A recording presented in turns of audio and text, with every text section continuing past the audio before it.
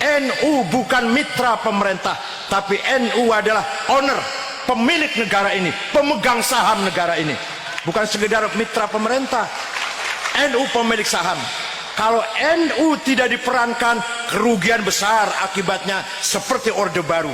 Karena Orde Baru tidak menggunakan NU, tidak merangkul atau mengajak NU, krisis yang luar biasa. Karena ada bagian komponen bangsa yang besar yang tidak diajak ngomong.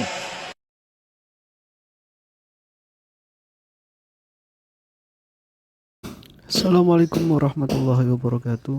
Kelebihannya mufasir kita kayak Imam Suyuti lah, Jalalain, Imam Al-Khalil itu serius. Sehingga kalau Quran mensifati dirinya, kemudian ada fa'in sa'alaka sa'ilun atau fa'in rodda rodun, gimana? Kaifa yakunu hudan linnas ma'anas kata wa kata. Jadi hudan itu sifatun kasyifah, sifat yang identik atau sifat yang secara kuah. Ya misalnya baju lah, contoh gampang, contoh yang paling gampang misalnya sarung. Ya kita mensifati sarung ini untuk nutupi aurat. Sekarang ada orang tetap telanjang padahal ada sarung, itu hal yang berbeda. Tetap sifat sarung ini disifati nutupi. Tentu yang menikmati itu, yang mendapat manfaat istitarul aurah ya yang pakai. Yang nikmati ini menyegarkan ya yang minum. Yang nikmati Quran sebagai hudan, sebagai syifa, sebagai obat ya yang mau memakai. Dianggap ganggu privasi, sama-sama maknanya ikram. Ibnu Abbas itu kalau sholat cepatnya bukan main, katanya seneng Allah, munajat lah, kok seneng cepat, berarti gak begitu seneng. Tapi Ibnu Abbas kebalik cara tanya, kenapa kamu kalau sholat cepat? Setan nata-nata mau goda saya, ternyata saya selesai, jadi kecelik dia. itu juga ilmu. Ya artinya cara itu tidak usah distandarkan gitu. Ya monggo lah, sepenting ada sanatnya. Ada apa? Ada sanatnya. Ya saya seperti datang ke sini itu mungkin bagi Anda bagus. Wah Gus Bak persorawa alhamdulillah. Jari santriku, waduh gak ngaji meneh diganggu wong UII. Jadi Anda statusnya bagi saya pengganggu. Nah, itu juga yang terjadi di tafsir. Wasab'atin idza raja'tum. Ada pelanggaran tertentu di puasa, itu kafarohnya itu fasyamu salasati ayamin fil haji wasab'atin idza raja'tum. 7 ketika kamu pulang. Itu kata Abu Hanifah, 7 hari ini boleh dilakukan di kawasan Mekah. Asal selesai haji sudah. Tapi bagi Imam Syafi'i pulang itu harus sudah sampai rumah. Sekarang saya beri pertanyaan. Ketika Pak Fajar ini acara selesai, terus dia pamit saya pulang. Gus saya tak pulang. Bagi saya dia sudah pulang meskipun masih di jalan. Tapi bagi istrinya istilah pulang kalau sudah sampai rumah. Lalu idza raja'tum itu pulang itu menurut siapa? Mas Majdi nanti ketika sudah pamit di bandara kita bilang sudah apa? Pulang. Tapi kata istrinya belum. Sama-sama istilahnya wasab'atin idza raja'tum.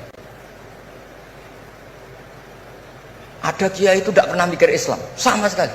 Sebenarnya sama Islam bukan main, tapi gak tahu mikir Islam. Tak tanya Islam agamanya pangeran bos, mbok pikir keliru, ono sing duwe.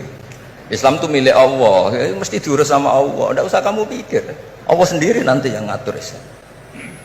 Ternyata saking tawakalnya nggak mikir. Ya ada juga yang mikir Islam semangat malah keliru saking semangatnya.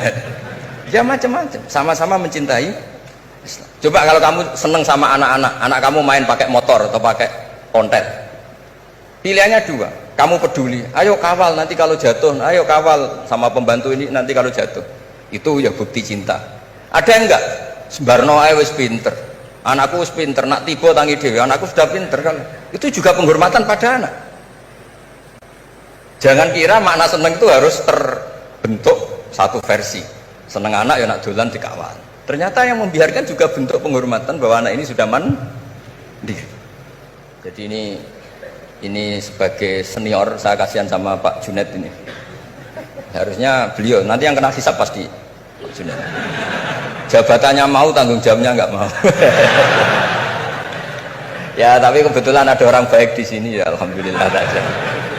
Kalau ketemu saya tuh cium tangan bolak-balik. Tapi niatnya kayaknya mau supaya saya mau backup.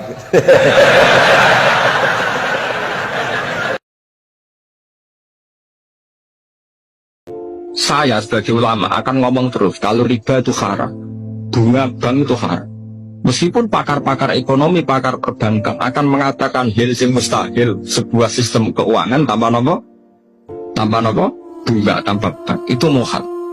Tapi kita sebagai ulama harus ngomong terus riba itu haram. Saya tuh pernah ketemu sama orang yang membidangi perbankan.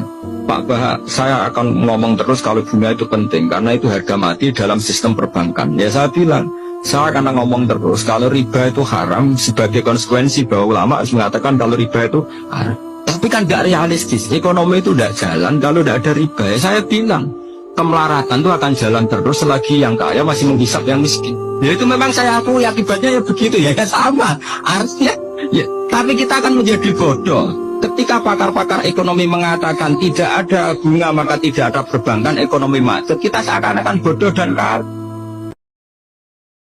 Jadi, tapi intinya itu, nah, ini yang sebagai obat, saya baca hadis ini berkali-kali di hati saya, terus di mental saya juga sering punya banyak masalah. Dan alhamdulillah juga sering didatangi orang-orang bermasalah. Mulai masalah ekonomi, politik, sampai keluarga sering datang ke saya. Termasuk orang-orang yang mau cerai itu adalah konsultasinya sama saya. Itu sering tak beginikan. Kamu kalau cerai itu duda, tapi kalau tetap kawin namanya punya istri. Keren mana dimarahin istri sama duda? Keren punya istri sudah gak usah cerai. Anggap saja harganya itu ya dimarahin itu. Ini saya bacakan hadis yang insya Allah jadi obat semua kita yang punya banyak masalah. Ini di Ibnu Majah halamannya 631 kalau nomor hadisnya ini karena ada Gus Sidik ribet tukang protes ini 4321 nanti dicari di kitab umum 4321 nomor hadisnya.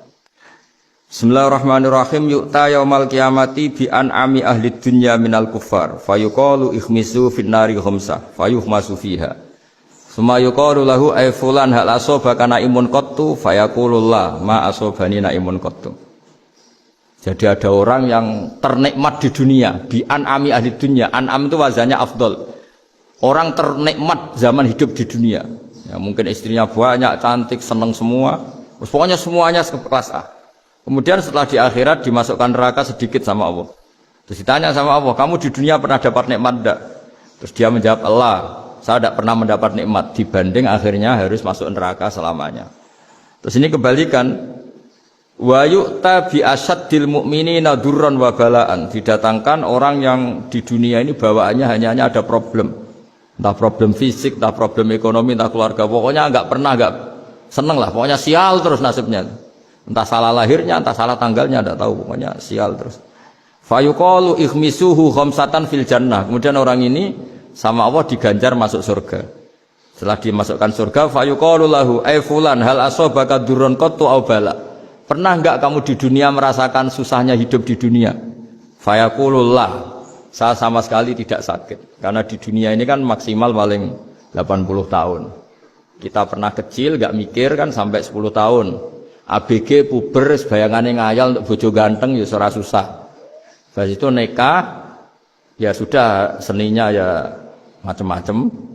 Ya pokoknya walhasil antara masalah dan nikmat itu masih banyak nikmat. Nanti setelah kita masuk surga, itu ditanya sama Allah, pernah gak kamu menderita di dunia? Tidak Gusti sama sekali. Ma asobani qattu durrun wala balaun. Makanya saya berharap apapun masalah kita di dunia, orientasi kita ini sholat, orientasi kita ini nyari ridhonya Allah, sehingga semua yang kita alami itu menjadi sepele. Makanya saya kemarin matur sama Mbak Atia sama teman-teman disabel, kita kembali ke kiai-kiai dulu. Selalu kalau pidato, terutama nikmati iman dan apa? Islam. Bahwa faktanya kita ini punya nikmat terbesar yang mengalahkan semua nikmat, yaitu iman dan Islam. Meskipun kita dalam berkeluarga mungkin konflik, mungkin suami itu gak pati bener, istri gak bener, tetangga gak bener, macam-macam lah. Sanggup itu sepele semua, karena kita punya nikmat terbaik, yaitu apa? Iman dan Islam. Pokoknya menurut semua mawon. Pokoknya imannya ra oleh pincang, ra oleh kopok.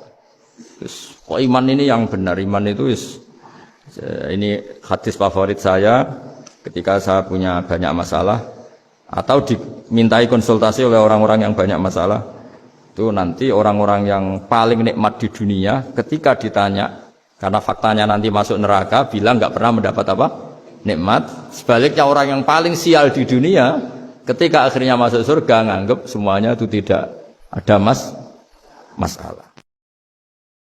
Terima kasih sudah menonton.